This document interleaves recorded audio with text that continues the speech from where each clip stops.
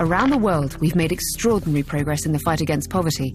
Together, we've successfully reduced child mortality and world hunger while increasing the availability of healthcare and education.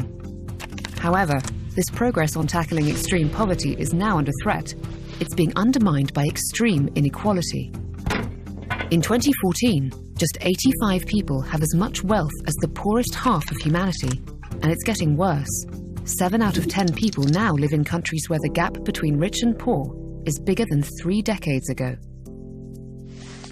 While this is affecting all of us, those living in poverty are suffering the most, as the concentration of wealth and resources leaves them behind. In Zambia alone, despite strong economic growth over the past 7 years, the number of people living below the poverty line grew to 74%. So how is this happening? Let's for a moment imagine that you're very rich and wealthy. Your wealth gives you power and influence to pressure governments into creating rules and policies that favour you. For example, by letting you pay less tax, or make laws that allow you to pay your workers less money than they need to live a decent life. As these rules are rigged in your favour, you get richer and have more influence and more power. A vicious circle is formed.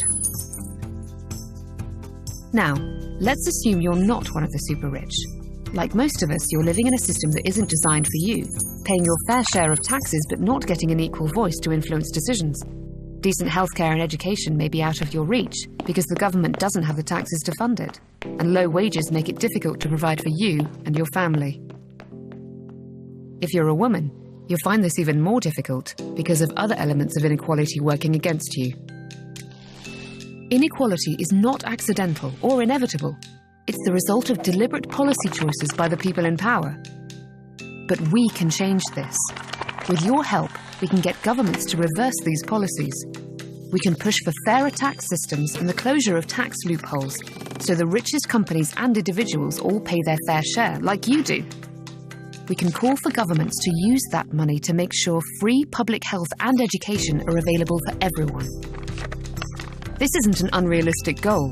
Just 1.5% of the combined wealth of all the world's billionaires could fill the annual shortfall in funds needed to provide health services in the world's poorest countries, and pay for every child in the world to go to school.